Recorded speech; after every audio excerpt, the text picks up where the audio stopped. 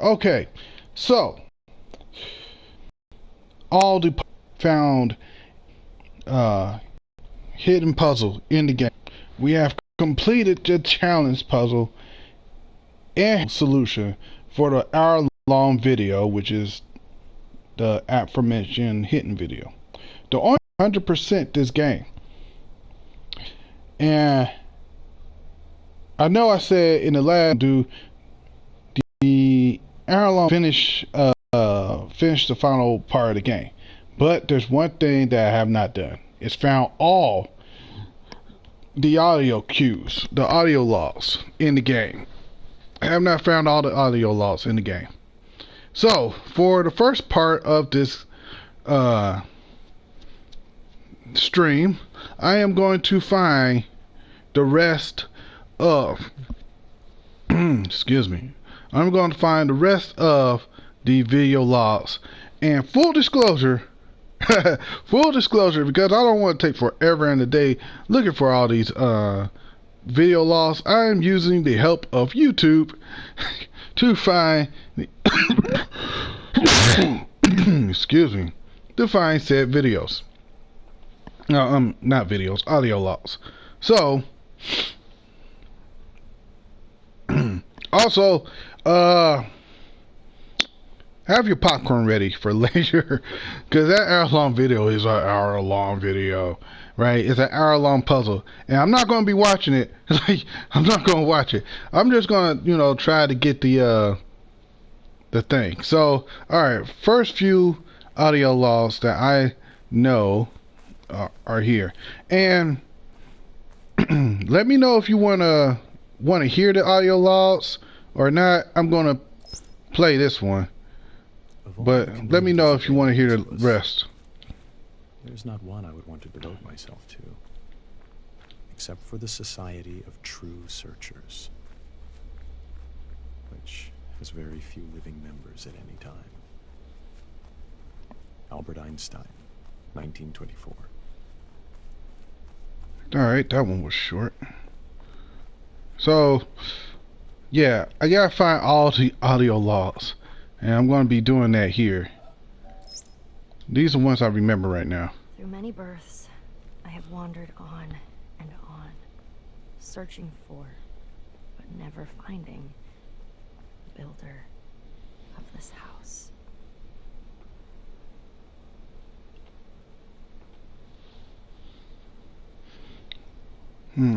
Once again, she ends it without saying if it's a quote or not. So, I am standing on the threshold about to enter a room. It is a complicated business. In the first place, I must shove against an atmosphere pressing with a force of 14 pounds on every square inch of my body. I must make sure of landing on a plank, traveling at 20 miles a second around the sun. A fraction of a second too early or too late, the plank would be miles away. I must do this whilst hanging from a round planet head outward into space and with a wind of ether blowing at no one knows how many miles a second through every interstice of my body. The plank has no solidity of substance. To step on it is like stepping on a swarm of flies. Shall I not slip through? No. If I make the venture, one of the flies hits me and gives me a boost up again. I fall again and am knocked upwards by another fly, and so on. I may hope that the net result will be that I remain about steady, but if, unfortunately, I should slip through the floor or be boosted too violently up to the ceiling, the occurrence would be not a violation of the laws of nature, but a rare coincidence. These are some of the minor difficulties. I ought really to look at the problem four-dimensionally as concerning the intersection of my world line with that of the plank. Then again, it is necessary to determine in which direction the entropy of the world is increasing in order to make sure that my passage of the threshold is an entrance, not an exit. Verily. alright. We're just gonna skip on through. One spoke of two limiting conceptions, both of which have been extraordinarily fruitful in the history of human thought, although no genuine reality corresponds to them. At one extreme where's this one? is the idea of an objective world, pursuing its regular course in any kind of observing subject. This. And the other extreme is the idea of a subject, mystically experiencing the unity of the world and no longer confronted by an object or by any objective world. This has been the guiding image of Asian mysticism. Our thinking moves somewhere in the middle, between these two limiting conceptions. We should maintain the tension resulting from these two opposites. Alright, if you want to listen to him, you just have to find him on YouTube. You know, if it's going to take a couple hours to do so. And welcome back. Infinity, however, is incomprehensible by every means. One nature, perfect and pervading, circulates in all natures. One reality, I think the women sound hot. Like I'm just gonna put that out there. All realities. The one moon reflects itself wherever there is a sheet of water, and all the moons in the waters are embraced within the one moon. The absolute of all the Buddhas enters into my own being, and my own being is found in union with theirs. The inner light is beyond praise and blame. Like space, it knows no boundaries. Yet it is even here, within us, ever retaining its serenity and fullness. It is... I maintain that the cosmic religious feeling is the strongest and noblest motive for scientific research. Only those who realize the immense efforts and, above all, the devotion without which pioneer work in theoretical science cannot be achieved are able to grasp the strength of the emotion. Yeah, I'm gonna keep on doing this until I find like each and every one. I think this one I already found. What a deep conviction of the rationality of the universe, and what a yearning to understand, were it but a feeble reflection. Yeah, I already found this one. In this world, Kepler and Newton must have had to enable them to spend years of solitary labor in disentangling the principles of celestial mechanics. Those whose acquaintance with scientific research is derived chiefly from its practical results easily develop a completely false notion of the mentality of the men who, surrounded by a skeptical world, have shown the way to kindred spirits scattered wide through the world and through the centuries. Only one who has devoted his life to similar ends can have a vivid realization of what has inspired. 66 times have these eyes beheld the changing scene of autumn. I have said enough about moonlight. Ask no more. Only listen to the voice of pines and cedars when no wind stirs. Theonin, 1711.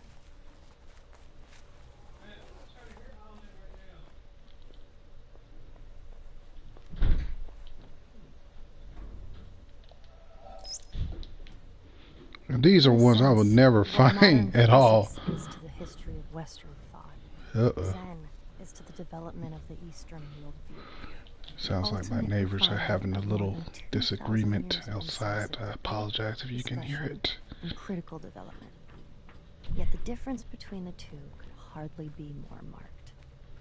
Whereas physics is interested above all in... If a man, holding a belief which he was taught in childhood or persuaded of afterwards, keeps down and pushes away any doubts which arise about it in his mind, our hangnails are incredibly real. Some of these sound really in-depth. I already heard that the one. English village of Netherwallop and the high Himalayan country of Bhutan, not to mention the slowly swirling spiral galaxy in Andromeda, are considerably less real. Even though our intellectual selves might wish to insist that since the latter are much bigger and longer lasting than our hangnails, they ought therefore to be far realer to us. In the traditional view, a person is free. He is autonomous in the sense that his behavior is uncaused. That view, together with its associated practices, must be re-examined when a scientific analysis reveals unexpected controlling relations between behavior and environment. By questioning the control exercised by autonomous man and demonstrating the control exercised by the environment, a science of behavior also seems to question dignity or worth.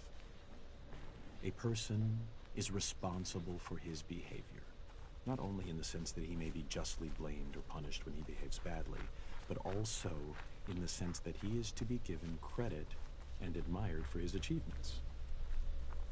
A scientific analysis shifts the credit as well as the blame to the environment. Is it over here? No longer be justified. These are sweeping changes, and those who are committed to traditional theories and practices naturally resist them. As the emphasis shifts to the environment, the individual seems to be exposed to a new kind of danger. Who? All right. These hearts were woven of human joys and cares, washed marvelously with sorrow, swift to mirth. The years had given them kindness. Dawn was theirs, and sunset, and the colors of the earth. These had seen movement and heard music, known slumber and waking, loved, gone proudly friended, felt the quick stir of wonder, sat alone, touched flowers and furs and cheeks. All this is ended. There are waters blown by changing winds to laughter, and lit by the rich skies all day. And after, frost, with a gesture, stays the waves that dance in wandering loveliness. He leaves a white, unbroken glory, a gathered radiance, a width, a shining peace under the night. Rupert Brooke, 1914. Yeah, she sounds super hot. Like I wanna actually see who actually voiced these. When we choose silence, Oh, we choose to give up the reasons not to love. I already heard that one. Alright. And let's see. I haven't been reading the chat because I have kind of preoccupied right now with, you know, trying to see where this is going. Wait a minute. Fuck, I'm lost. Oh, this way, this way.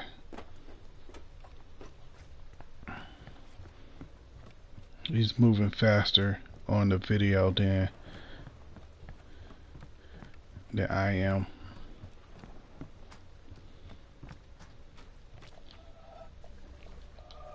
Wait a minute, is this a plate? Hold on. What? Is it this one? Or do you go to this one? Ah, it's this one. Alright. God bade me behold the sea, and I saw the ships sinking and the planks floating. And the planks too were submerged. Fuck. And God said to me, This way. those who voyage are not saved. And he said to me, those who, instead of voyaging, cast themselves into the sea, take a risk. And he said to me, those who voyage and take no risk shall perish. And he said to me, in taking the risk, there is a part of salvation. And the wave came and lifted those beneath it and overran the shore. Shit, where am I? The surface of the sea is a gleam that cannot be reached, and the bottom is a darkness impenetrable. And between the two are great fishes, which are to be feared. Nefari, circa 970. Yep, I think I heard this one too. I think there's... What?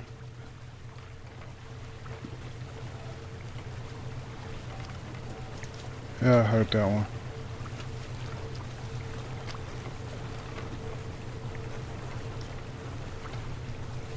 Alright. Now it's a little time to read chat. Look up there. Well, never mind. I'm sorry. Yeah. I'm kind of trying to rush through all these so that way I can get this achievement and finally end the game, because that hour-long video is going to be an hour long. So I already set up me some food that I'm going to be eating while doing so. And because I'm going to be eating some food, and I also want to kind of hear the whole thing. I never listened to the whole video. I watched the other videos off camera, of course, because every time I watch a video, YouTube says, "Oh, you got copyright infringement." You know, copyright. You know, it's not available in some countries. It's, I think, the music in the challenge puzzle is copyright too. It's just like, oh fuck me, like really, man, like that's what you're gonna bother me about, like whatever.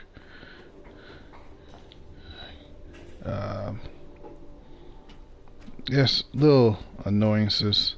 Oh fuck me, come on, don't be late to this game. I gotta go around, and I don't remember which you know, which things I've hit and which things I remember some, but I don't remember all. So as soon as I get the little, you know, pop up that says, "Hey, you found all the audio pieces," then we'll go to the hour-long video. And let's see.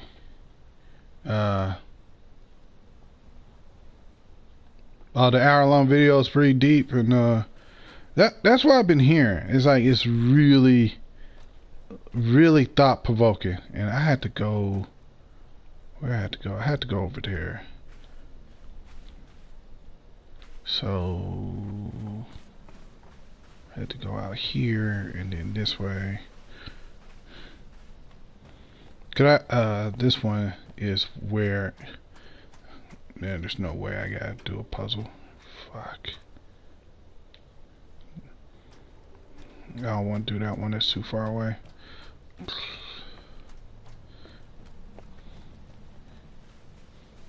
You're taking too long, Crymxon. It shouldn't be this hard, Crymxon. I know. I do. Leave me alone. I got this.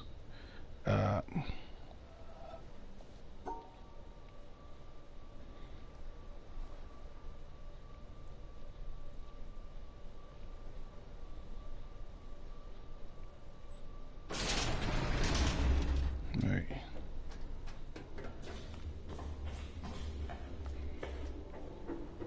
There.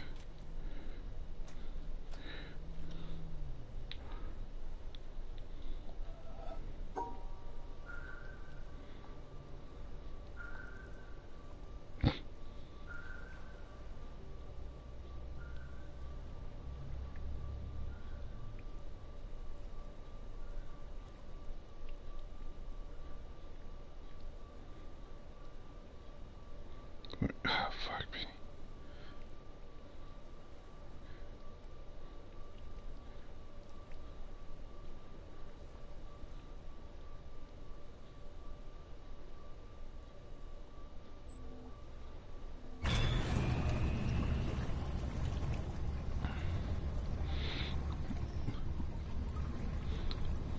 So, alright, while I got this time, right, let me talk about some news I heard recently. Now, this mainly concerns, I found that one already. This mainly concerns Americans, but I think some people from other countries might understand this too. It's this news I heard about this politician named Donald Trump, or businessman named Donald Trump, right? And for those of you who don't know who Donald Trump is at all, to put it simply, right now Donald Trump, like before Donald Trump got into the whole politic game, he was pretty much one of the most hated men in business. Basically, Donald Trump is the Justin Bieber of business and politics, right? Just an older, richer version of Justin Bieber that doesn't sing. We have two kinds of knowledge which I call symbolic and intimate. I'll finish it after this. Finish my thought after this. Only applicable to symbolic knowledge, but the more customary forms of reasoning have been developed for symbolic knowledge only. The intimate knowledge will not submit to codification and analysis, or rather, when we attempt to analyze it, the intimacy is lost and replaced by symbolism. For an illustration, let us consider humor. I suppose that humor can be analyzed to some extent and the essential ingredients of the different kinds of wit classified. Suppose that we are offered an alleged joke. We subject it to scientific analysis as we would a chemical salt of doubtful nature, and perhaps after careful consideration, we are able to confirm that it really and truly is a joke. Suppose our next procedure would be to laugh. I really would miss this one. Suppose a boat is crossing a river and another empty boat is about to collide with it. What? Even an irritable man would not lose his temper. But supposing there was someone in the second boat, then the occupant of the first would shout to him to keep clear, and if the other did not hear the first time, nor even when called 3 times, bad language would inevitably follow. In the first case, there was no anger. In the second, there was. Because in the first case, the boat was empty, and in the second, it was occupied. And so it is with man. If he could only roam empty through life, who would be able to injure him? Chuang-Tzu, 4th century BC. What kind of fucking sense does that make? I mean, it probably was philosophical and deep in 14 BC or 4 BC. Yeah, because, everything was new and exciting. But that don't even make any sense. Like, yeah, if there was an empty boat, you just be like, shit, well, fuck. Well, there's nothing I can do with it. And then the second boat, dude's just casually going by, mind his own fucking business, blah, blah, blah, blah, blah. Ooh, I'm just gonna...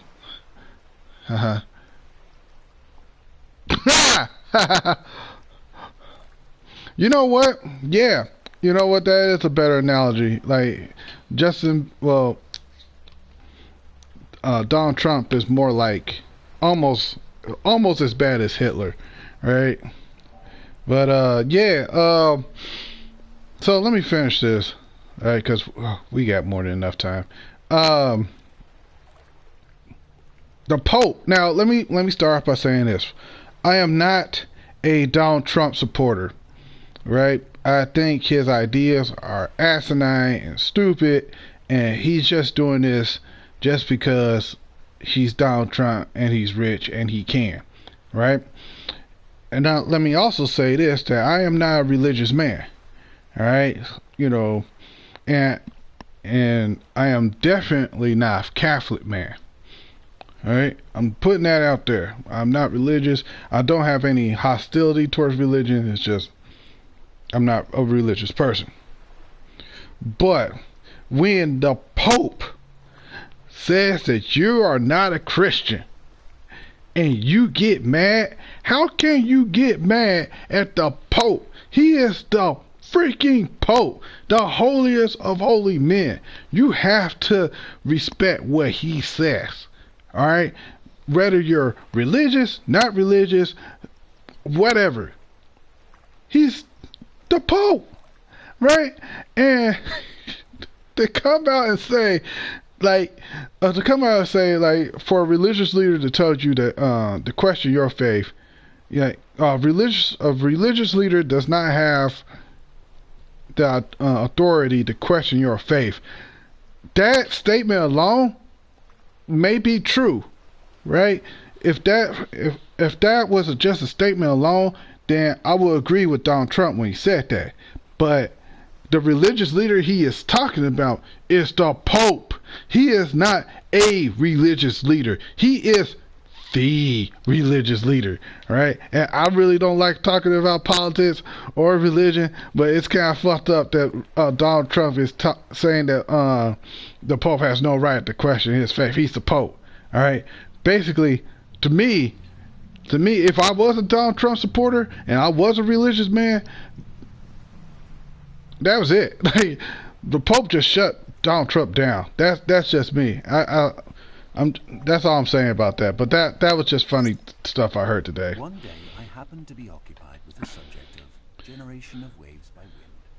I took down the standard treatise on hydrodynamics, and under that heading I read, if the external forces P prime sub YY, P prime sub XY, Oh shit, it's math. E to the IKX plus AT, where K and A are prescribed.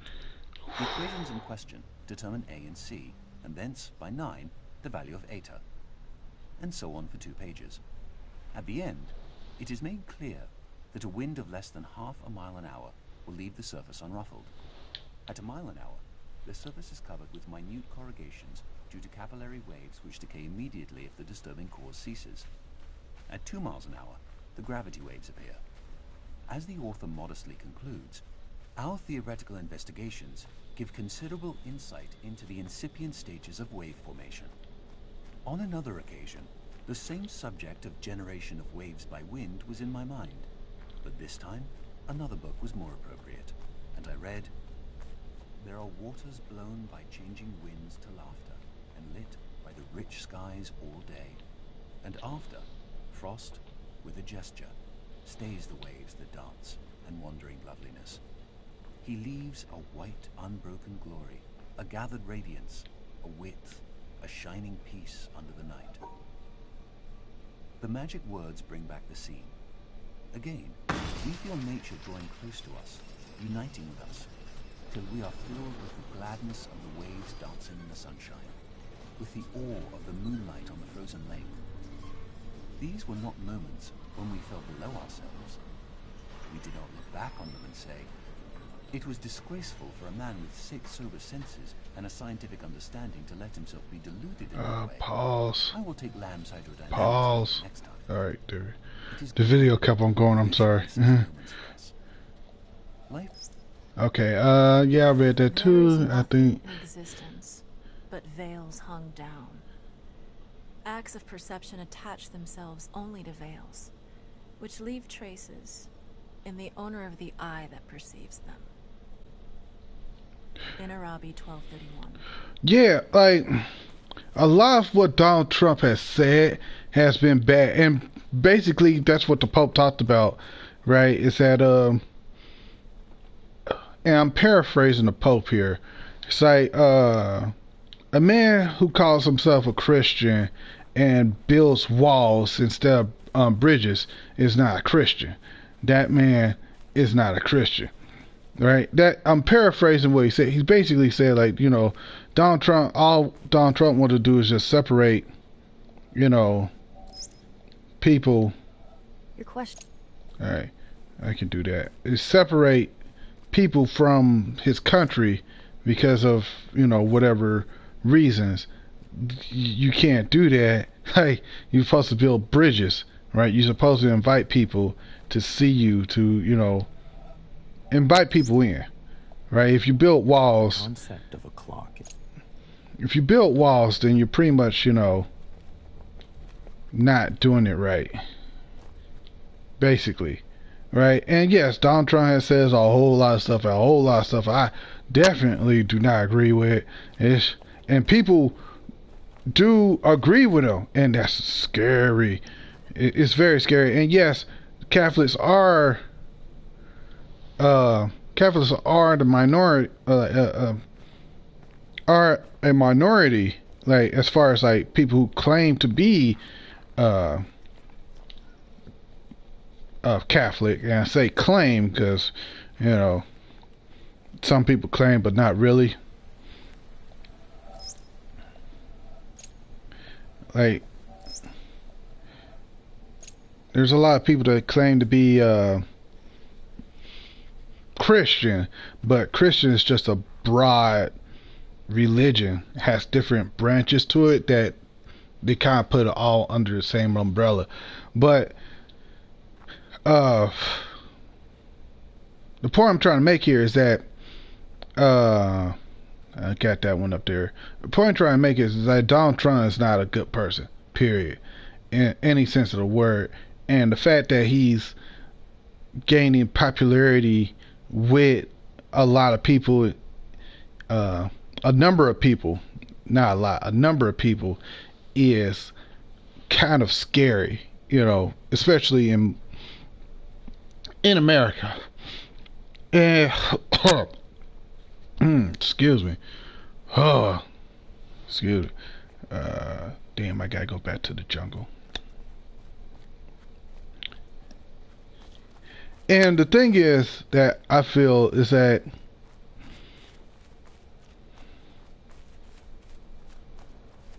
I'm trying to word this right.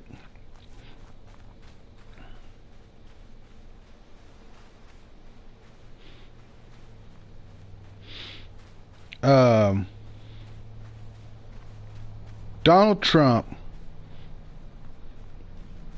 is basically a person that will say anything and do everything to get ahead. And I'm pretty sure, and Donald Trump is a smart man, right? Not saying Donald Trump is a smart man, and knowing his audience is, oh shit, oh crap, where I put that elevator? Oh shit. Shit. That's not good. That is not good. That is not good. That is not good. That is not good. Checking audio.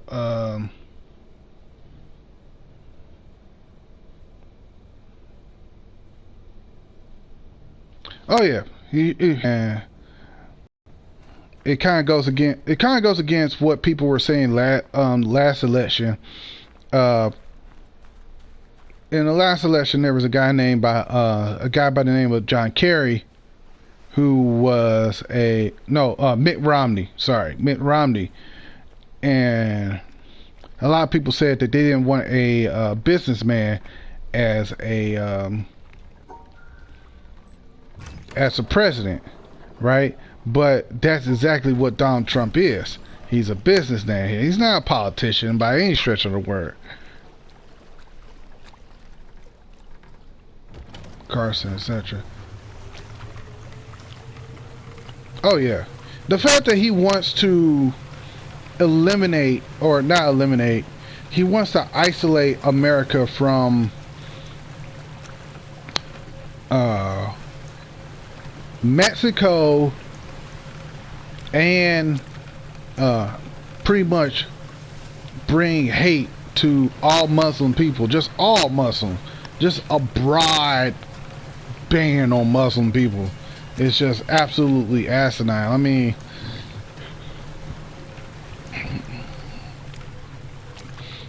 it's, yeah, so he's now, I wouldn't say he's more popular than those people, right?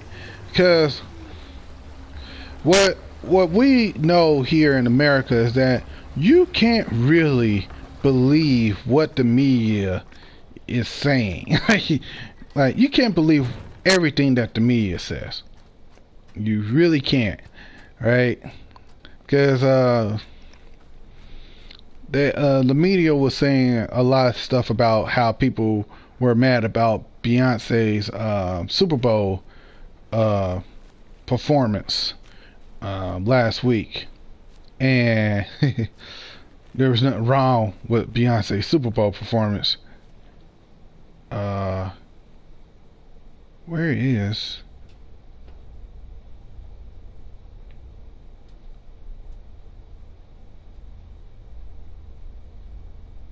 What the fuck? Where is the,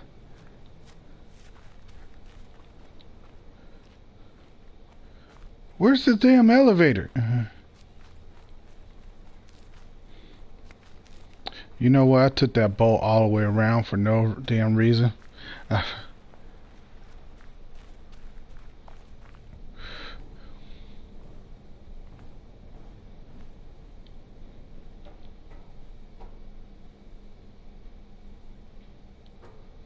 Yeah, that's true. He does control the media much more than any other candidate. But people are not stupid, you know. People fact check, right? And that's one of the things that got Donald Trump in trouble not too long ago, is people fact checking. This was not here earlier. Am I right? Now, hold on. The elevator was not here, like, when I came down here before. Pretty sure it wasn't. I can't really...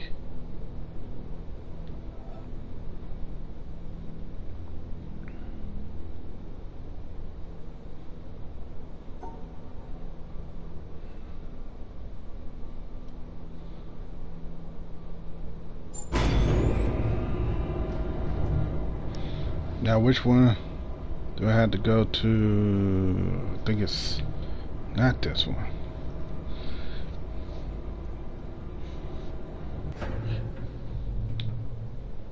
Oh, fuck me. What was it?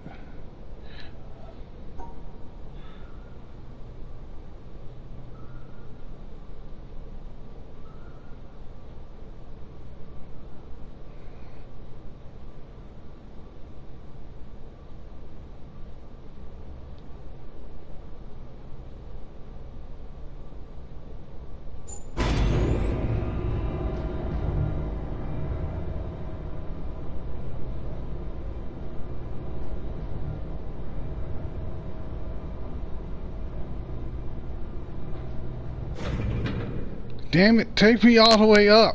Fuck.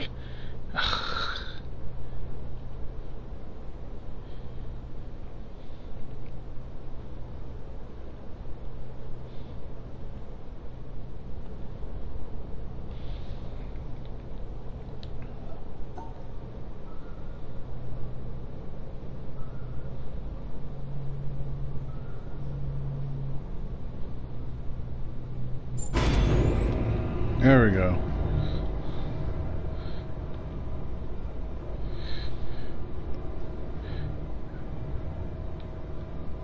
I think it's the one above this one, yeah.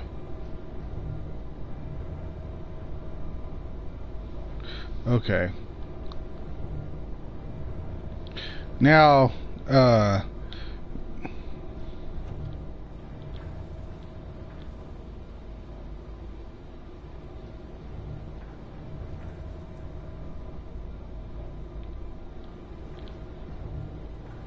there it is. As scientists, we realize that color is merely a question of the wavelengths of ethereal vibrations. But that does not seem to have dispelled the feeling that eyes which reflect light near wavelength 4800 are a subject for rhapsody, whilst those which reflect wavelength 5300 are left unsung. I think I heard this one. We have not yet reached the practice of the Laputans who, if they would, for example, praise the beauty of a woman or any other animal, they describe it by rhombs, circles, parallelograms, ellipses, and other geometrical terms. Yep, I think I heard this one. Who is one. Convinced that all phenomena arise from electrons and quanta and the like, controlled by mathematical formulae, must presumably hold the belief that his wife is a rather elaborate differential equation. But he is probably tactful enough not to obtrude this opinion in domestic life. If this kind of scientific dissection is felt to be inadequate and irrelevant in ordinary personal relationships, it is surely out of place in the most personal relationship of all, that of the human soul to a divine spirit. Alright, here we go. If we were not able or did not desire to look in any new direction, if we did not have a doubt or recognize ignorance, we would not get any new ideas. There would be nothing worth checking because you're not going to use a guide for the 123 pairing. Scientific knowledge today is a body. Yeah, I'm not going to use the I'm not going to use the guide for the Some panels. of them are most Like I want to some of them are nearly sure I want to do this all by myself. You know, I'm kind of still hyped off the whole We know that it is completing the consistent to challenge be able to puzzle on my live own. and not know. That was a big deal. Some Like, people say, how can you live without knowing? shit, I I lost. do not know what they mean. I always I'm think lost. about knowing. I'm lost. That's Hold on. easy. How you get to know is what I want to know. This freedom This to way. doubt is an important matter in the sciences, and I believe in other fields. It was born of a struggle. It was a Oh, wait a struggle minute. to be Wait, permitted to doubt, to be wait, unsure. wait. And I do not want us to forget the importance I've of the never struggle seen this and by one. default to let the thing fall away. I feel a responsibility as a scientist who knows the great value of a satisfactory philosophy of ignorance. I never seen And this the statue. progress made possible by such a This must have been new. progress which is the fruit of What the freedom of thought. fuck? I feel a responsibility to proclaim the value of this freedom. I like this To teach game. I that find it something is new not every to be day. feared, Come but that into it this is to be game. welcomed as the possibility of a new potential for human beings. If you know that you are not All right. sure, you have a chance to Let's improve keep the on situation. going. I want to demand this freedom for future generations. Richard Feynman, 1963.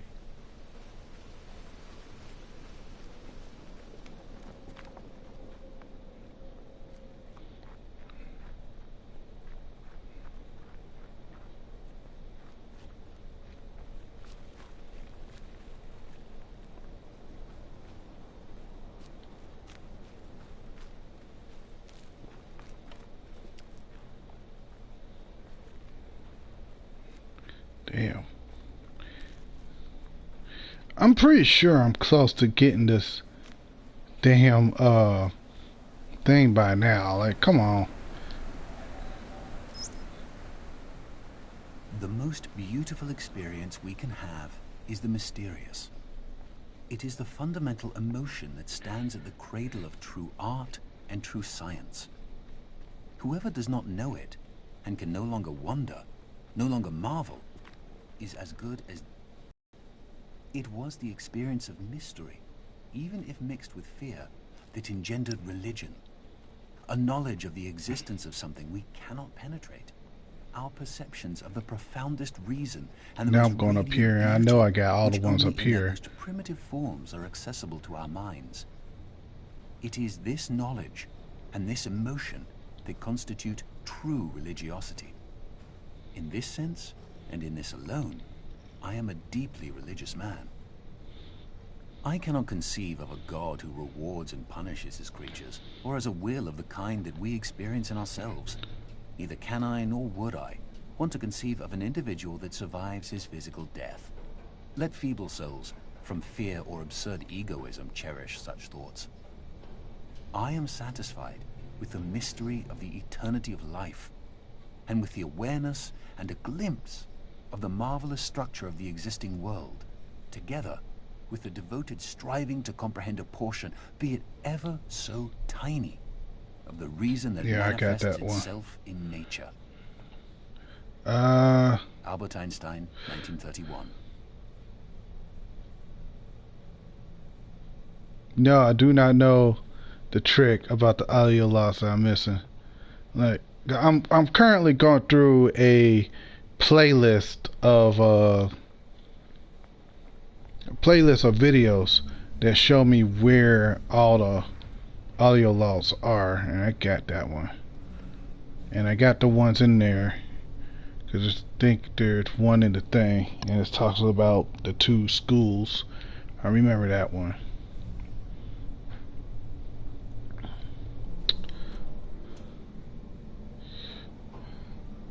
This by far is the creepiest one, the creepiest statue by far. Cause it looks like an old lady, like it looks like a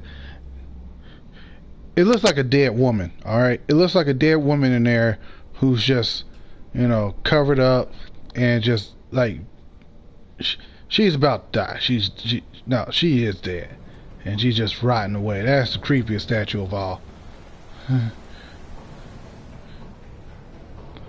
Alright, let's see, go up here and behind this wall, right? I think I got this one. Yes, I did.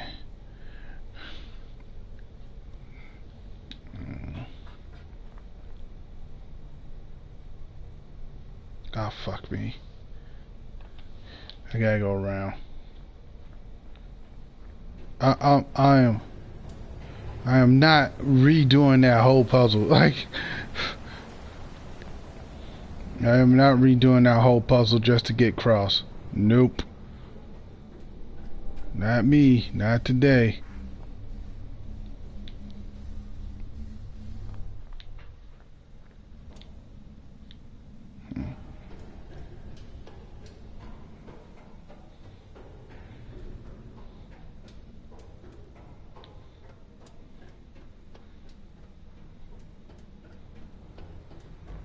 Okay,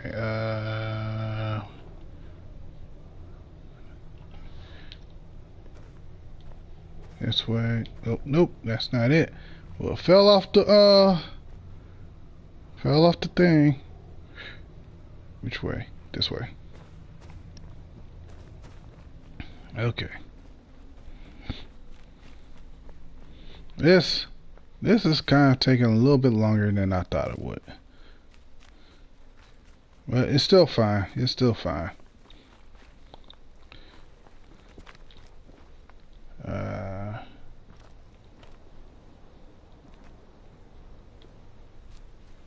This way. Go down this way.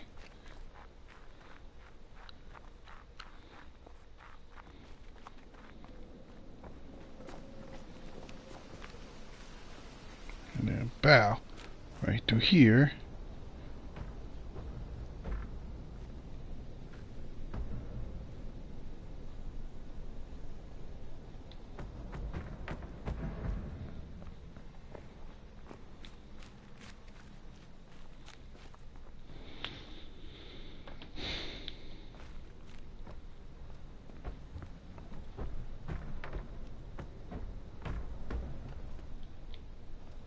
Nope, not this way. It's down this way. All right.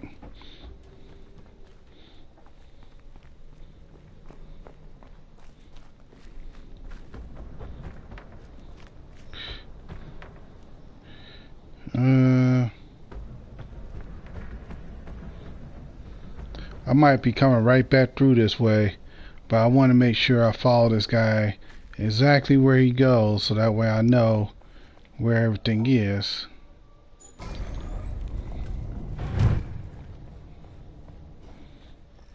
Oh, yep, it's this one.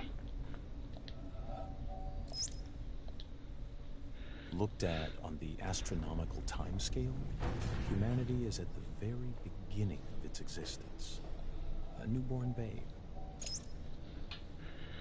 All right. In any case, our 3 days old infant cannot be very confident of any interpretation it puts on. I'm pretty sure I'm almost done, right? We have said it has 70 years of life before it, but in truth, its expectation of life would seem to be nearer to 70,000 years.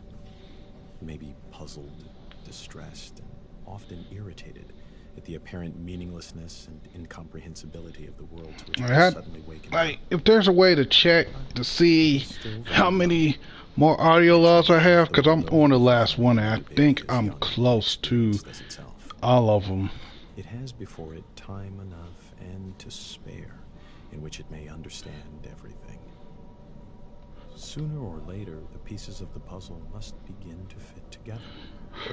Although, it may reasonably be doubted whether the whole picture can ever be comprehensible to one small and apparently quite insignificant part of the picture.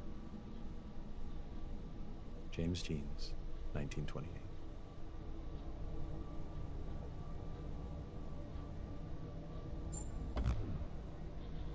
Oh, come on.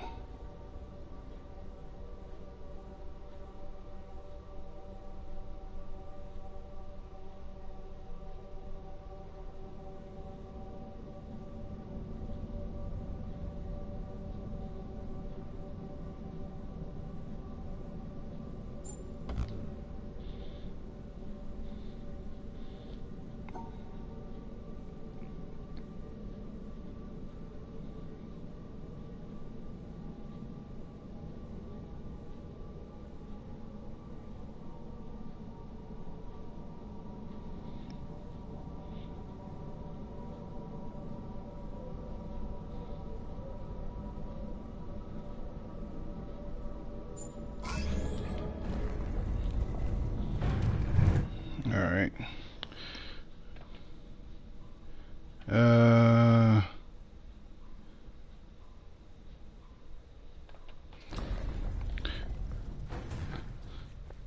If there is a trick, I have no idea what it is.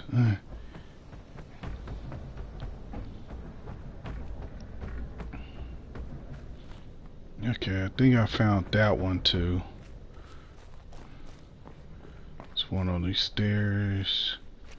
I turn around. Yep, I found that one. I found that one under there.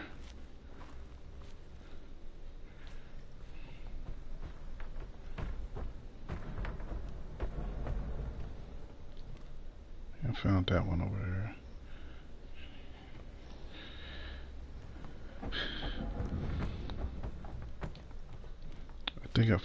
I found that one under the tree too.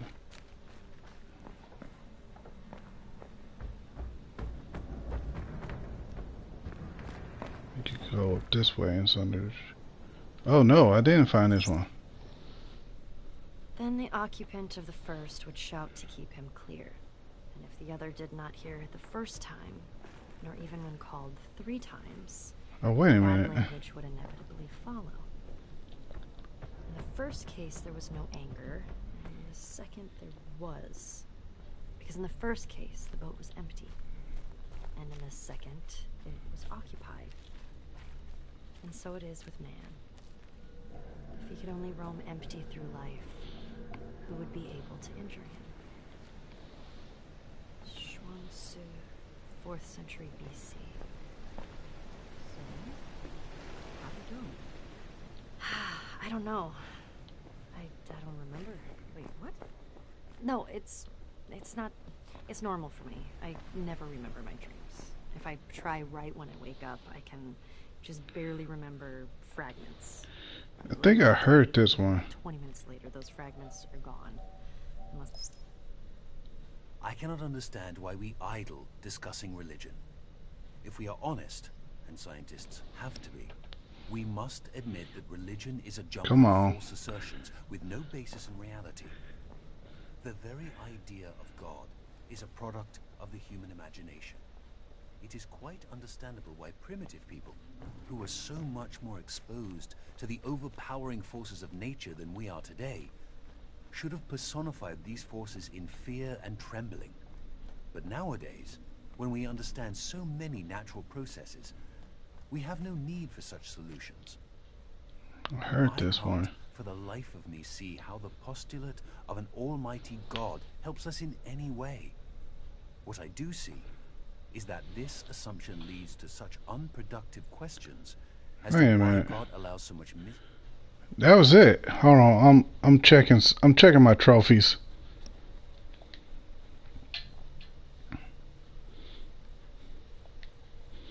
I'm checking my trophies. I didn't get no.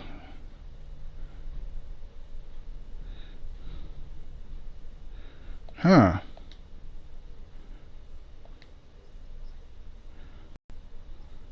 opium that allows a nation to lull itself into Huh, that's dreams kind of weird. and forget Alright, the whatever. injustices that are being perpetrated against the people. Apparently, like, I went through the whole thing and I clicked on every. So, you see what I'm saying here? Yep, this one doesn't fit either. How would you characterize the way in which it doesn't fit? Well, it's about arguing. And it's about being greatly disturbed by issues that are relatively small. It's not aiming high, and it's not about ultimate truth, not really. It's mostly about what some stupid people are doing that is wrong compared to what I am doing that is right. But Portorak was definitely a truth seeker, in the domain of physics at least. Yeah, but I don't feel that attitude in this piece at all. If a belief is just formed in opposition to other beliefs, it can't be fundamental? It can't be that deep. But, you know, where he says something about natural processes, he starts outlining Alright, well, philosophy. I feel that, you know, I found all the audio cues that I can find. I'm going the wrong way, so I always get turned around here. This isn't the atheist manifesto we need. You know, at one point Dirac also wrote this. One could perhaps describe the situation Let's see, as that God is a mathematician of a very high order. I didn't get. And he used very advanced mathematics Well, in constructing the universe. it's a trophy that says that I found all the audio cues or audio logs. Same guy. Right. Later in life, though. So it's in order to get the platinum trophy for doing everything in the game. Yes, they are. So I don't know. Maybe if I go through the last bit of the thing, the final puzzles of the game, then I'll be good.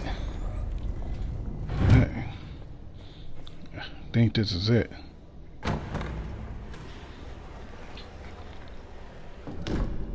Yep.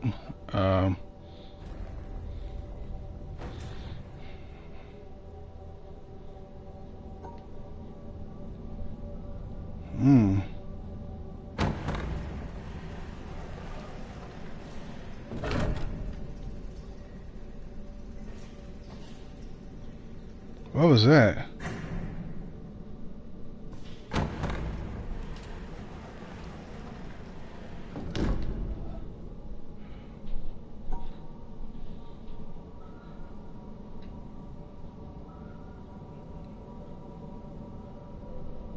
Huh.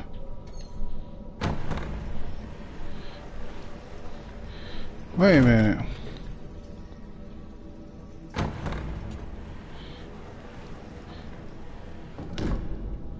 Is it saying like only one of these puzzles could be solved? Or is there like a time limit or something?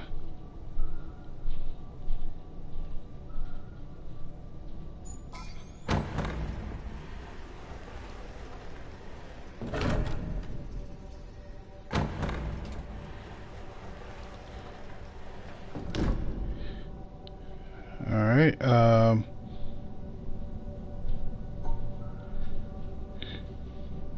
there's no way to do this one. Oh no, yes there is. Oh. Why does it keep closing like that? Right when I'm about to figure out the puzzle, it closes on me. That's not cool. Alright. Oh, hello. Alright, that's not weird. Is there like an audio cue in here?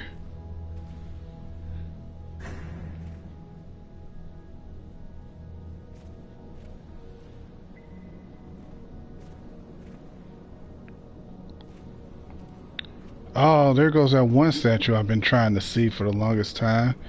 Yeah, it's a child with a mom and a boat. I thought the kid was holding like a thing. And see, in this right here, kind of like in a way confirms my suspicions, like that all these people were doing something at the time when they was frozen. Because you see the kids actually waving at something, right? The kids waving at something, and you see out there the kid's waving at something. He has a boat, and you see out there, if you look out there, the only thing you can see is that boat right there that has wrecked. So I'm guessing, this is me guessing, that all of a sudden everybody on this thing was turned to stone, right? And that person who was driving the boat, who turned to stone, wrecked into the rock, right, and drowned. I'm guessing if you could go underwater, you can find a statue of a guy like waving back at his wife and son. That's what I think. That's my hypothesis. I might be completely wrong, right? It might just be a whole bunch of statues just made, la di da, da da da da da, nothing more, nothing less. But that's me. All right, so I gotta complete these. So Let's see.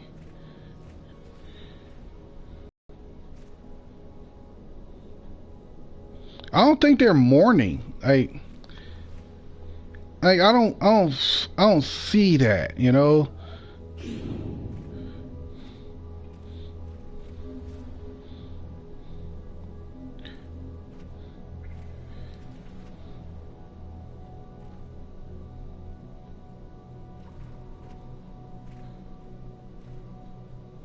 Okay, that's not right. I don't see that they're mourning. I see that they're, you know, like, hey, you know, here comes daddy, daddy, you know, the kid's happy for dad to come in, and mom doing what, you know, mom does, and taking, you know, Sonny Boy out to see dad as he comes in from a long trip at sea or something, you know, something like that. That's what I feel, right? That's what I feel that's happening. And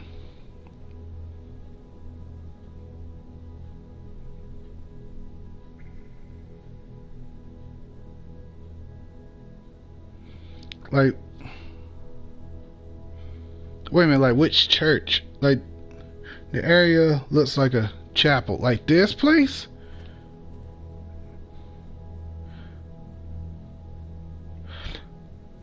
I never got the feeling of chapel here, you know?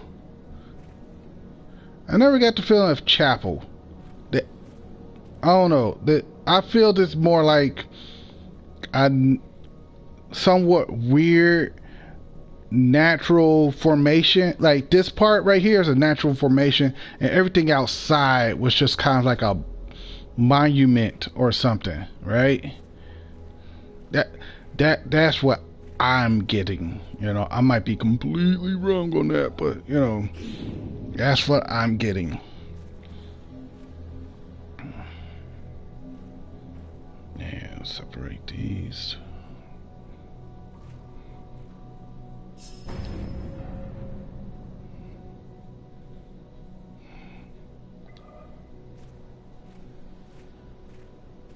Oh, or were those four still connected somehow?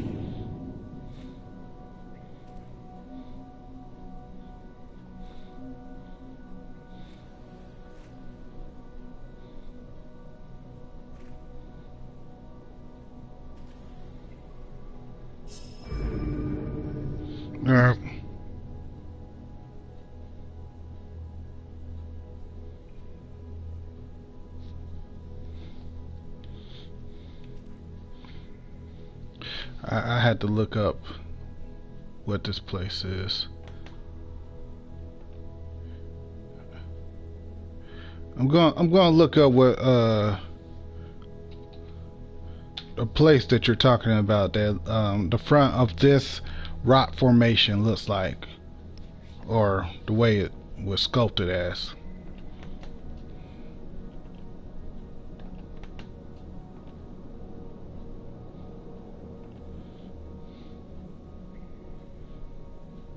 Okay, I get what you mean. Like the bottom part, yes. The bottom part, yes, it does look like that. I get what you mean.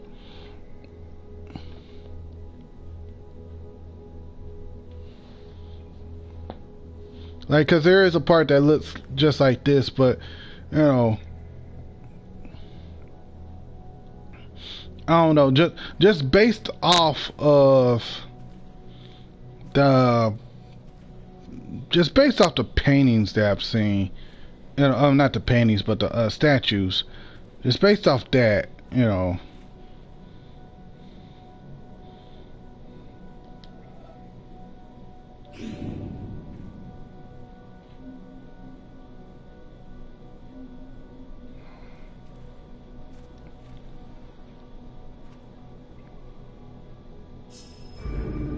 Oh, that was easier than I thought it was gonna be.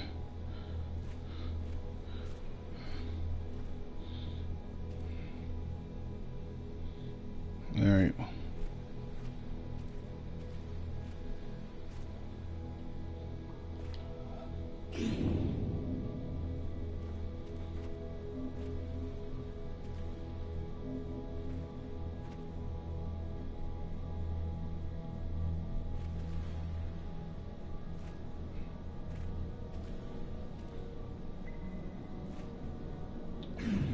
No, that's not right.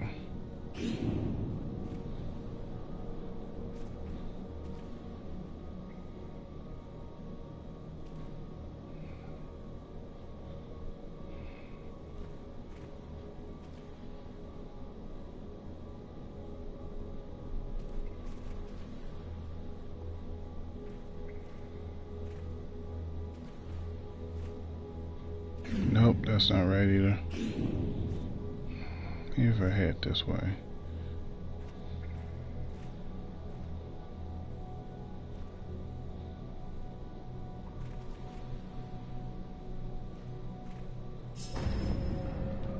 Nope.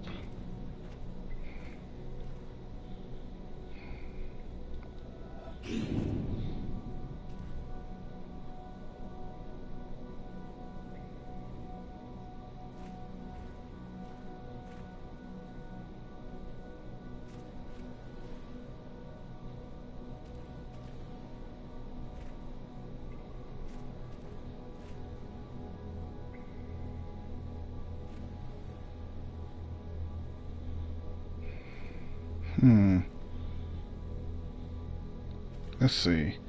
I tried this. Wait a minute. What if we go back and do like? We go back and do like this, and yep, there we go. That was it. All right, 1, 2, 3, 4. All right. Oh crap. Oh man, this one's mirrored too. What? There's 3? Well, wait a minute, no. There's 3 different starting points. Okay, that's what that is. Okay. And this one, is this one mirrored? Please don't tell me this one's mirrored.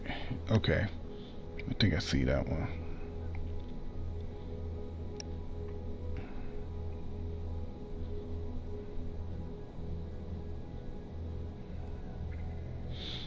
I'll do this one first. This one seems more tolerable.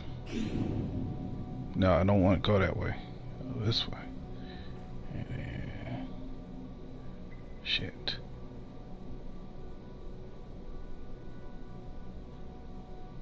Nope. Maybe this way.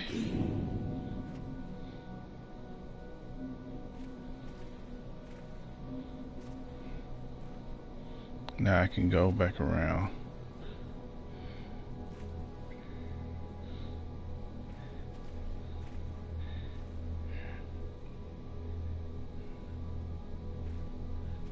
Shit. Oh, fuck. These are one of those puzzles that's hard only because it's on a pillar. Like, and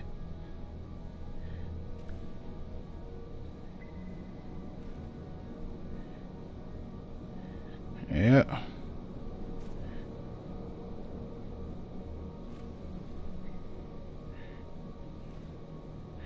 Yep. That's what this one is. This is a fuck you puzzle. Like, that's exactly what this shit is. It's a fuck you puzzle. Like, you ain't getting this shit. And I think I fucked myself. Yep, I fucked myself. Okay.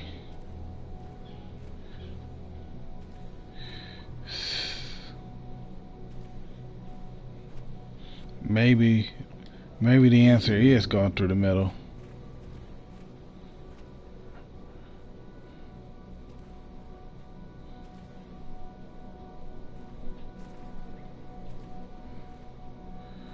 No, not go for that one.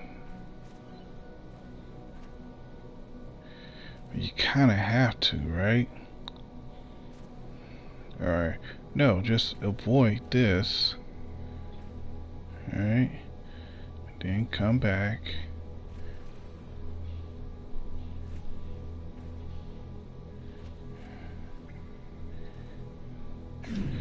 Fuck me. Alright. Let me check something. I'm checking something, seeing how many. 14. So wait a minute. I'm at 514. So I'm at 514. So 1, 2, 3, 4. That's 518. That means there's what? 5 more puzzles that I gotta solve. Where the other? You know what? Shit. Oh, you know what I forgot to do? I forgot to do the hour-long puzzle.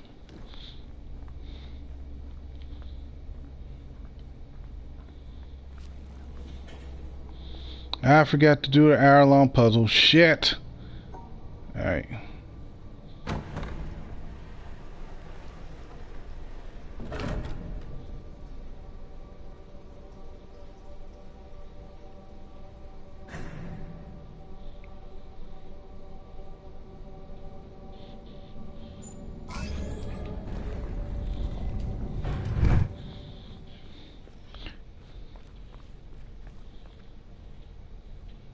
Yeah, I could do it later.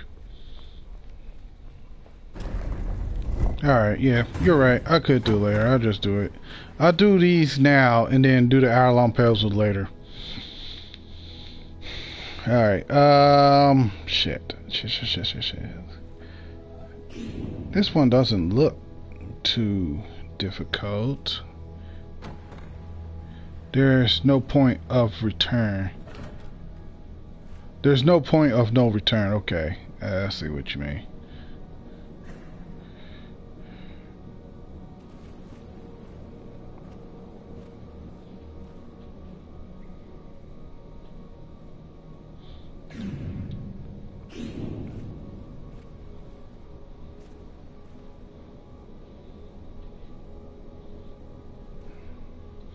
Now go the opposite way.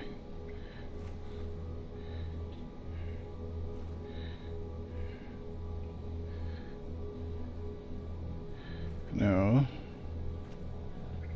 Go like this.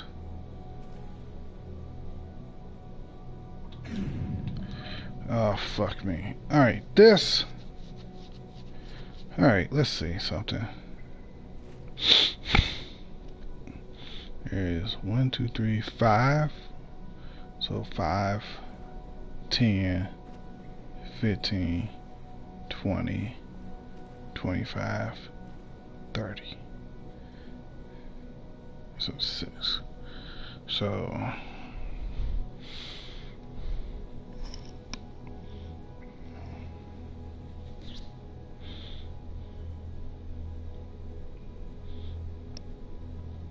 that's it. So 1, 2, 3, 4, 5. 5 rows, 6 across. So I'll put 3 on each side. So 1, 2, 3. But you can wrap around it though. So this one has to be either these 4 blocks or these 4 blocks. Now,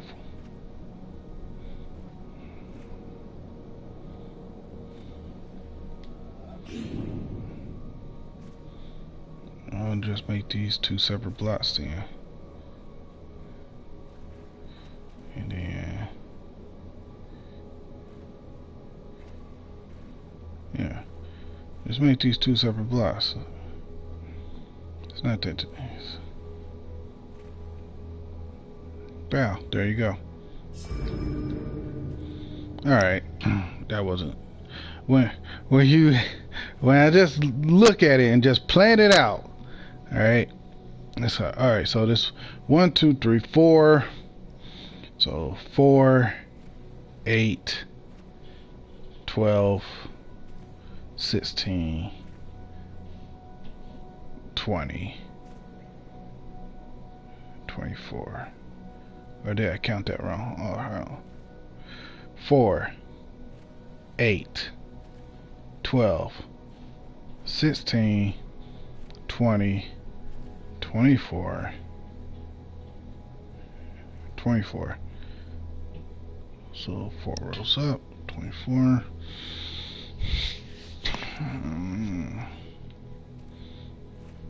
That's 1, 2.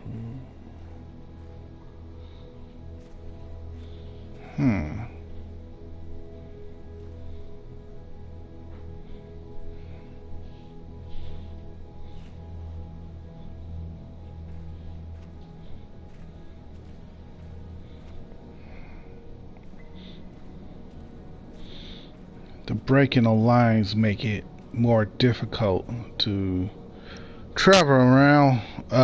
Shit. Nah, I can't. So that one's guaranteed to be the last one. So if I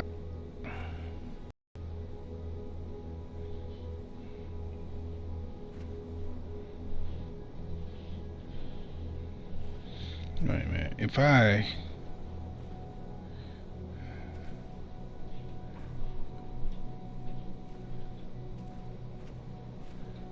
alright, let me try something. If I go this way,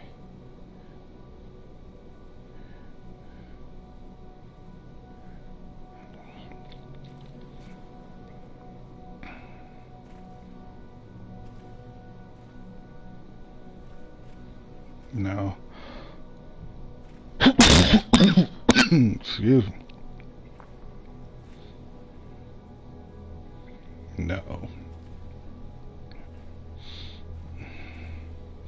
The most annoying part is I have to get the ones on the bottom. I have to, because if I don't, there's no way back, and I have to go.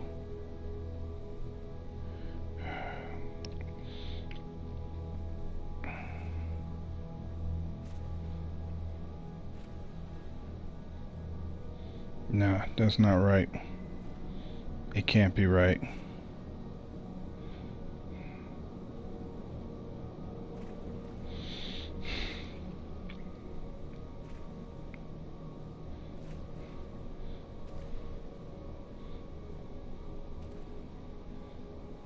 No, I'm running into the same problem.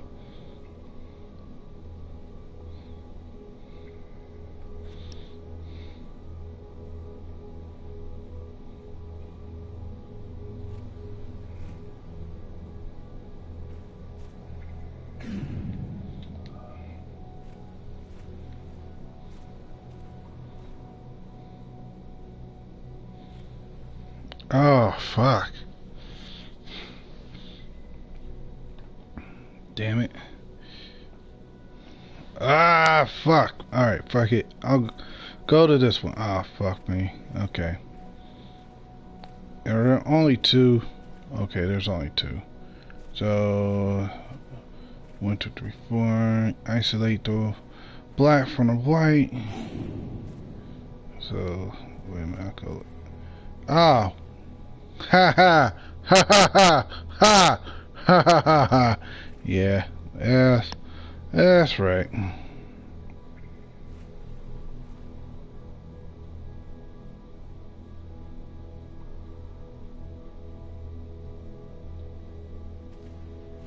Nope.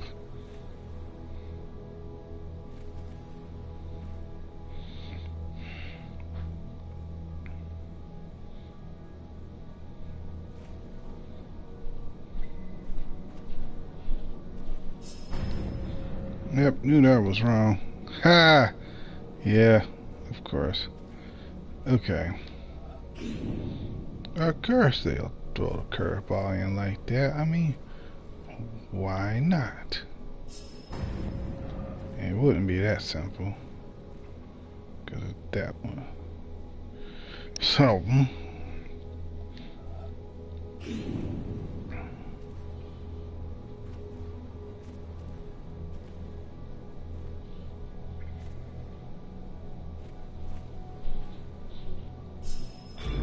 oh, crap. Oh, hello. Magical fence box thing. I'm guessing I have to finish the rest of the puzzle. Yep, I guess I have to finish the rest of the puzzle to find that out. Okay, and I got these two puzzles. This one is a pain in my ass. Alright, let's start from the middle and go like this. Alright.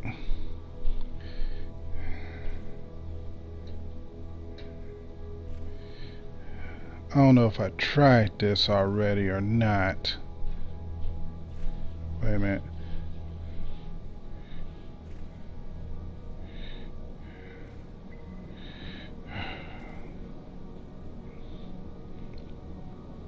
No. No. Alright, doing the stairs route is a bad idea. Doing that is a bad idea because there's no way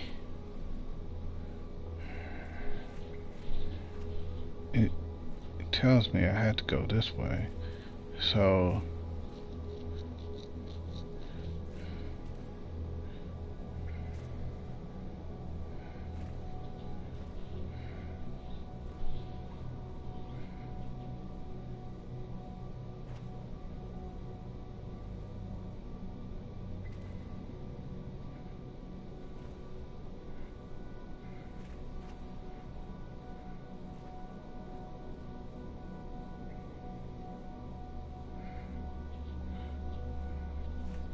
see, I gotta stop doing the whole stairs because that's not right.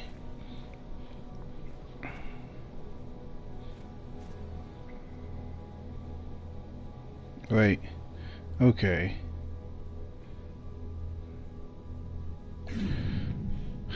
So let's start from the end.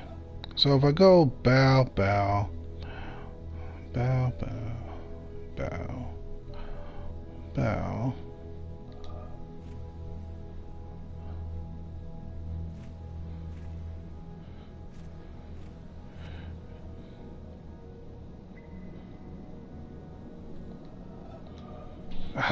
I can't get this one.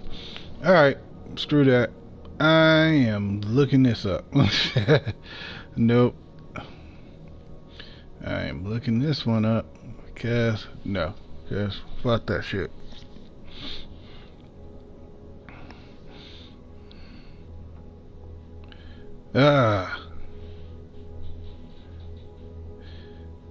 This one shouldn't be. It shouldn't be that hard. Well, of course it is. And man, I watched a lot of stupid stuff too. When you go,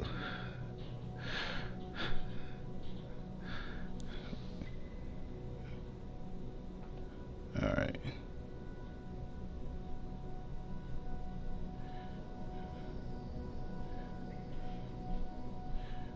All right. I'm looking up the answer to this one. Just this one, because this one is annoying. Yeah. Because I want to finish it. I'm going to finish this today, right? So the hour-long puzzle is going to be done today, and it's just going to have to be a extra long stream. Looking for those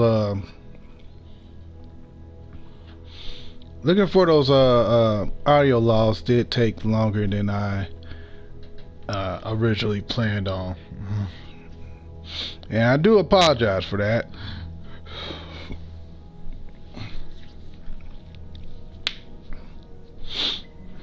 I thought it was going to be, something real quick and easy, and I didn't think I missed that many yeah, really didn't think I missed that many. So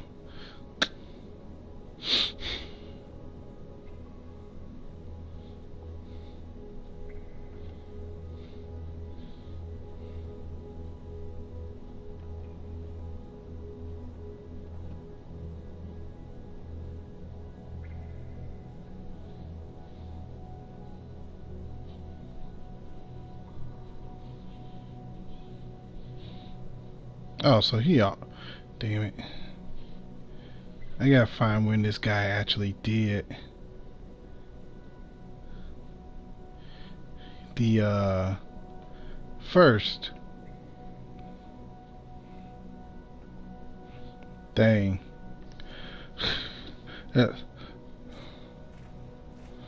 This one's a bitch though. Like, what the hell? Like, how are you supposed to solve this? Like, really? Like, and it's probably, and once again, just like all the puzzles, it's probably something really stupid.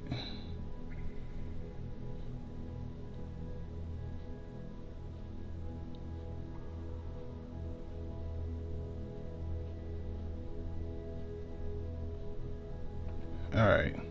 So here it goes. Alright.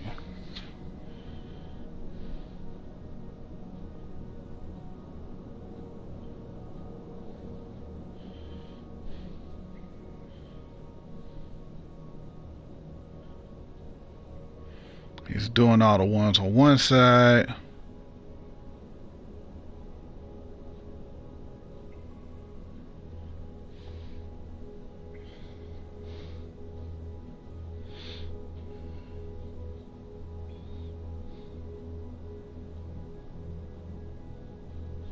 Now he's doing all the ones on the other side. Alright, so let me get ready. It's the last audio cue somewhere over there. That's really messing with my head right now. It's just like I didn't get that trophy for all the audio logs. Alright, you got that one.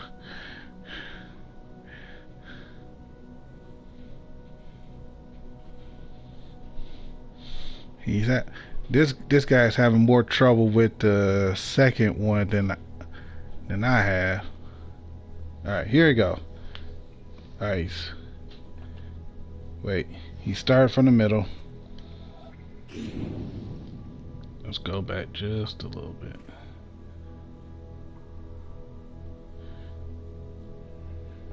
Okay. No. See, so I won't be going as fast as him.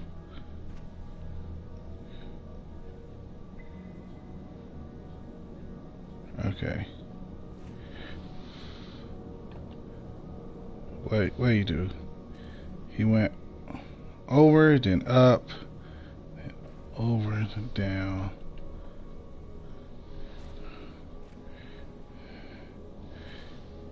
Oh, fuck. Over, then down, and over, and then.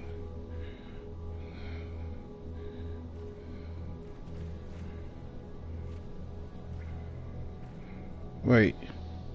Oh, fuck. How do you do it again?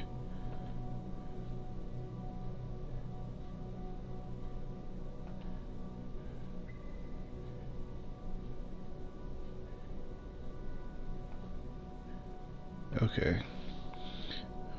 Trying to figure this out, people. I'm sorry.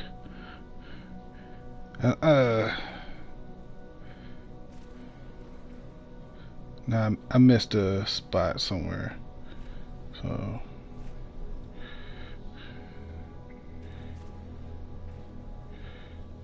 I think it's right here.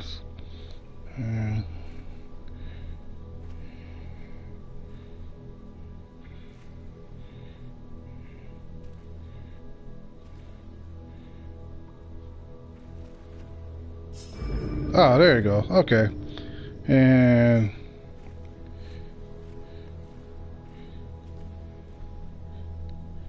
alright. Is these mirrored? Well, I guess these are mirrored. Yep.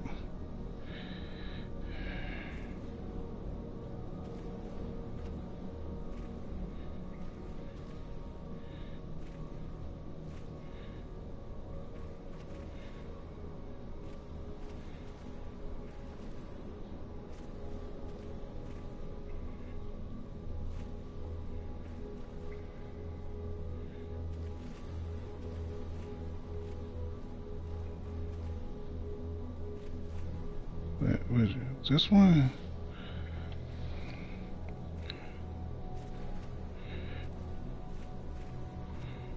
Oh, this one.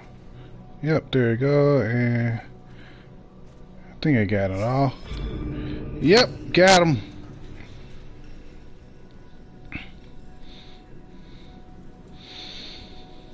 Was that it? Was that all? Hold on. I think that was all of them. Hold on.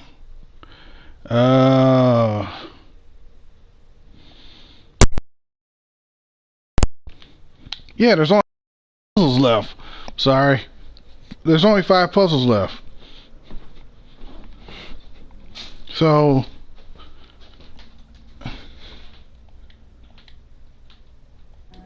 I don't know where the other 5 puzzles are.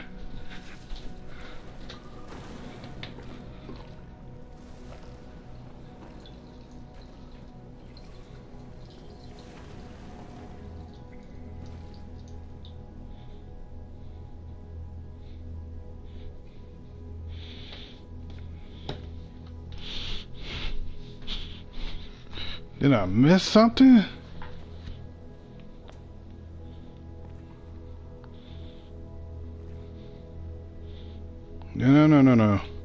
No. Now we're doing the final hour-long puzzle. Now we're doing it. Because this is the point where we're going to do it.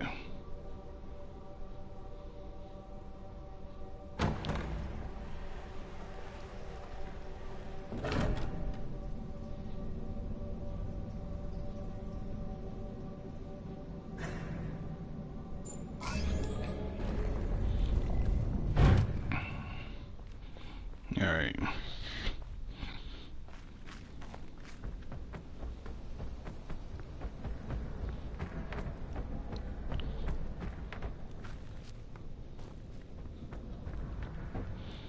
Cause, oh boy. So around what, 9:30ish? So around 9:40 is when I'm gonna be finished with this. It is this way. Okay.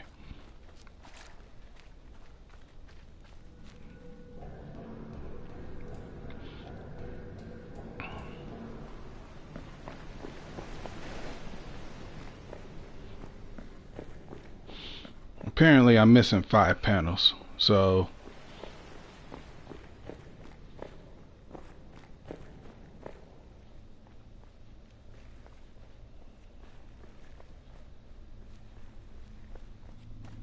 I don't know where the 5 panels are, but I'll look for them in my spare time, or I might as well look for them while I'm doing this hour-long video.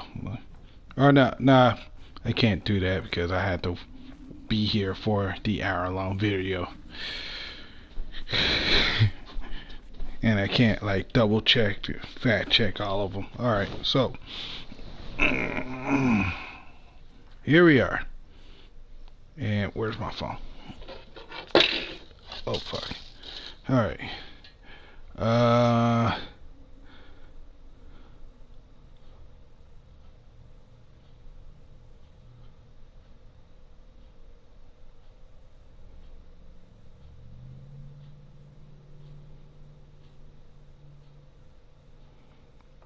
Yeah, I know. Like, why the fuck would they do an hour-long video?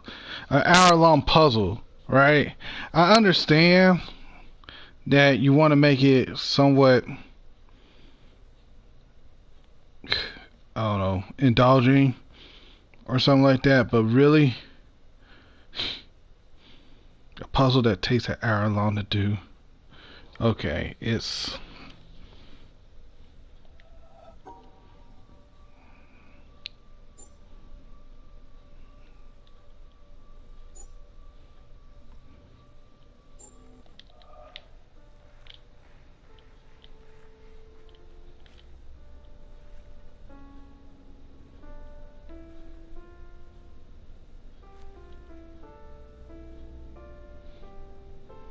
oh,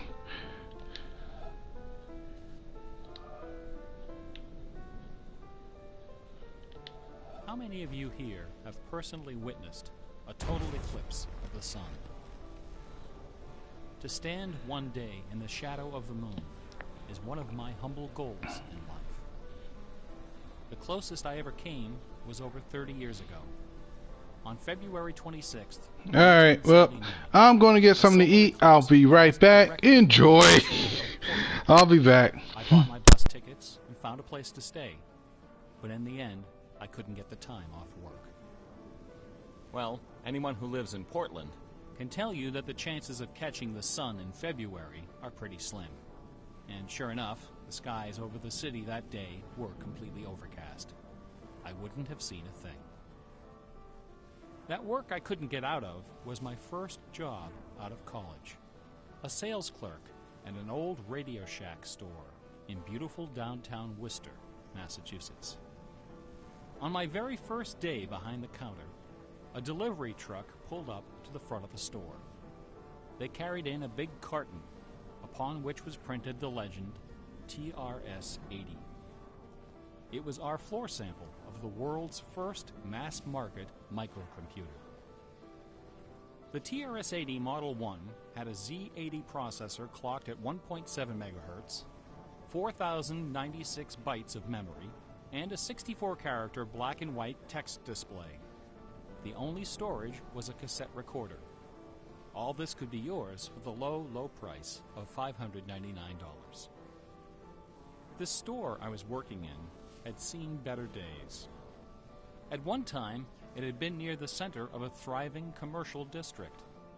But like so many other New England cities, the advent of shopping malls had, by the early 70s, turned it into a ghost town. Worcester's solution to this problem was decisive, to say the least. The city's elders apparently decided that if they couldn't beat them, they would join them. And so, several square blocks at the heart of the city were bulldozed into oblivion, destroying dozens of family businesses, including the site of a pharmacy once operated by my great-grandfather. In their place was erected a vast 3-level shopping complex with cinemas and a food court. When the dust settled, only a few forlorn blocks of the old Worcester remained standing. My Radio Shack store was in one of those blocks. Then, to add insult to injury, Radio Shack opened a brand new location inside the shopping center, less than 500 feet from my store. So now patrons had a choice between a clean, well-lighted establishment with uniformed security and acres of convenient parking, or a shadowy hole in the seedy old office building next to an adult movie theater. Consequently, I had plenty of time to fool around with the new computer. I taught myself basic programming. Then I learned Z80 assembly. Both, of course, so that I could write games. I also created self-running animated demos, which ran all night in the store window for the edification of the winos who peed in our doorway. Strangely enough, the few customers we had didn't seem to be interested in our new computer, even after the 16K memory upgrade. In fact, most of the people who set off the buzzer on their way through the front door weren't there to buy anything at all. They were there to exploit a free promotion, which was the bane of Radio Shack employees for over 40 years. The Battery of the Month Club. The idea of this promotion was simple. Customers got a little red card upon which was printed a square for each month. 12 times a year, the lucky sales clerk got to punch out a square and give the customer one brand new AAA, AA, C, D, or 9-volt battery. Of course, customers weren't allowed to choose just any grade of battery. At the time of my employment, Radio Shack offered 3 different levels of battery excellence. First were the alkalines, powerful, long-lasting, and expensive, hanging behind the counter like prescription medication in gold-embossed blister packs. These were most certainly not available through the Battery of the Month Club. Next were the high-end lead batteries, sturdy, dependable batteries, moderately priced, and prominently displayed near the front of the store. These were also not available through the Battery of the Month Club. Finally, at the bottom of the barrel were the standard lead batteries. These were literally piled in barrels, cunningly located way at the back of the store, in a dark corner near the TV antennas. Remember TV antennas? Customers who came in looking for their free battery of the month had to walk the entire length of the premises, past the CB radios and stereo headphones and remote-controlled racing cars. Nothing would stop them. On the first day of every month, like clockwork, those customers came in waving their little red cards. I would look up from my programming and wave them to the back of the store. It didn't matter that the batteries were only worth 29 cents. It didn't matter that most of them were already half dead. They came, they grabbed. And as far as I can remember, not one of them ever paid for a damn thing. I was such a crappy salesman. I was young and foolish. I thought my education in game design was happening at the keyboard. I almost missed the lesson coming through the front door. Fortunately, I wasn't the only person fooling around with games on micros. All over the country, people like me were experimenting. Scott Adams was coding what would soon become the world's first commercial adventure game. Remember adventure games? My future employer, Infocom, was being founded, along with other legendary companies like Online Systems, Sirius, Personal Software, and SSI. Those were exciting times. Teenagers were making fortunes. Games were cheap and easy to build. The slate was clean. But in 1979, the biggest news in gaming had nothing to do with computers. On the morning of the autumn equinox, September 20th, a new children's picture book appeared in the stores of Great Britain. This picture book was rather peculiar. It consisted of 15 meticulously detailed color paintings, illustrating a slight, whimsical tale about a rabbit delivering a jewel to the moon. On the back jacket of the book was a color photograph of a real jewel, shaped like a running rabbit, 5 inches long, fashioned of 18-karat gold, suspended with ornaments and bells, together with a sun and moon of blue quartz. According to the blurb underneath, this very jewel had been buried somewhere in England. Clues pointing to its location were concealed in the text and in the pictures of the book. The treasure would belong to whoever found it first. The book was called Masquerade. It was created by an eccentric little man with divergent eyes and a talent for mischief named Kit Williams. Within days, the first printing was sold out, and the empire that never sleeps found itself in the grip of rabbit fever. Excited readers attacked the paintings with rulers, compasses, and protractors. Magazine articles and TV specials dissected the clues, floated theories, and followed with keen delight the reckless exploits of the fanatics. One obscure park, unfortunately known by the nickname Rabbit Hill, was so riddled with holes excavated by misguided treasure seekers that the authorities had to erect signs assuring the public that no gold rabbits were to be found there. Some hunters ended up seeking psychological counseling for their obsession. The craze leapt over the Atlantic Ocean and invaded America, France, Italy, and Germany. It sold over 1 million copies in a few months, a record unrivaled by any children's title until the advent of Harry Potter. Over 150,000 copies were sold in foreign translations, including 80,000 copies in Japanese, despite the fact that the puzzle was only solvable in English. It didn't matter that the Masquerade jewel was only worth a few $1,000s. Many seekers spent far more than that in their months of exploration and travel. It was the thrill of the chase, the possibility of being the one. Treasure hunts, secret messages, and hidden things seem to exert an irresistible appeal. They're fun to look for and to talk about, and this fact of human psychology has been exploited in computer games since the earliest days. It finds expression in the hidden surprises we call Easter eggs. Atari's Stephen Wright is credited with coining this term in the first issue of Electronic Games magazine. The first Easter egg in a commercial computer game appeared in an early Atari 2600 cartridge called, simply enough, Adventure. By a sequence of unlikely movements and obscure manipulations, players could discover a secret room where the words "created by Warren Robinette" appeared in flashing letters. Over the decades, Easter eggs and their evil twin, cheat codes, have become an industry within an industry. Entire magazines and websites are now devoted to their carefully orchestrated discovery and dissemination. They're part of our toolkit, our basic vocabulary, the language of computer game design. Computer gamers may have been the first to refer to hidden surprises as Easter eggs, but we certainly weren't the first to use them.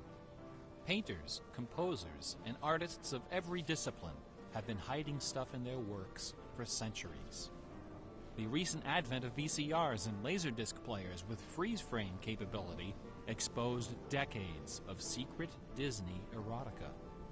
Thomas Kincaid, the self-appointed painter of light, amuses himself by hiding the letter N in his works.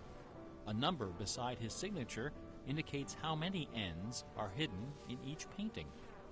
Picasso, Dali, Raphael, Poussin, and dozens of other painters concealed all kinds of stuff in their paintings. A favorite trick was hiding portraits of themselves, their families, friends, and fellow artists in crowd scenes. El Greco loved dogs, but the Catholic Church forbid him from including any in his sacred paintings. So he hid them, usually within the outlines of celestial clouds. Composer Dmitri Shostakovich chafed under the political censorship imposed by the Soviet Ministry of Culture. His symphonies and chamber works are loaded with hidden signatures and subversive subtexts which, had they been recognized, would have sent him to Siberia.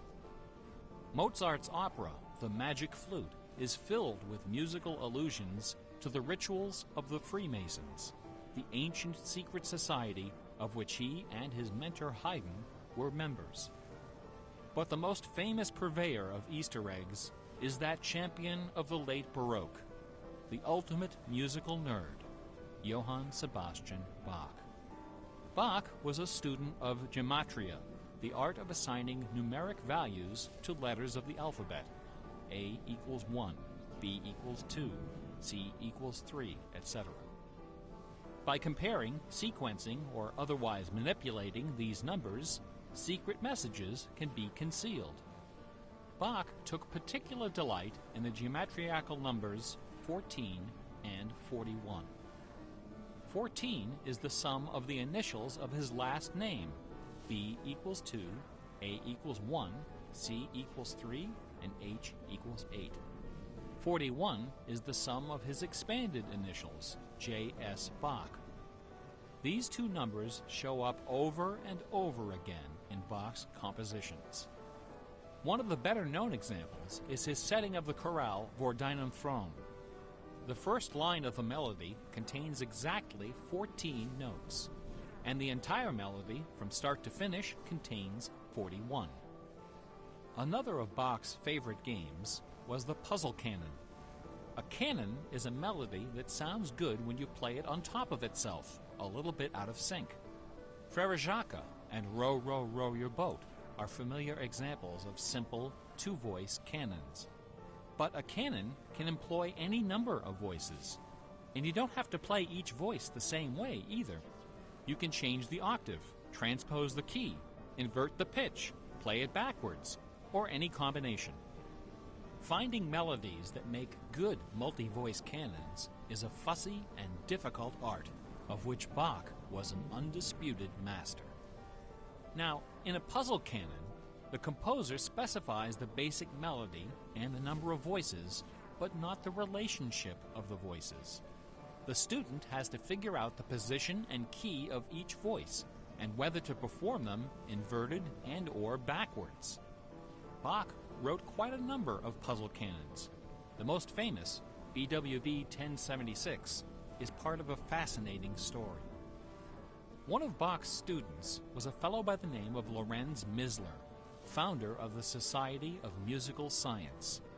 This elite, invitation-only institution devoted itself to the study of Pythagorean philosophy and the union of music and mathematics. Its distinguished membership reads like a who's who of German composers, including Handel, Telemann, and eventually Mozart. Applicants for membership in the society were required to submit an oil portrait of themselves, along with a specimen of original music. With nerdly efficiency, Society member number 14 decided to combine these admission requirements into a single work. He sat for a portrait with Elias Hausmann, official artist at the court of Dresden. This portrait, which now hangs in the gallery of the town hall in Leipzig, is the only indisputably authentic image of Bach in existence. The Hausmann portrait shows Bach dressed in a formal coat with exactly 14 buttons.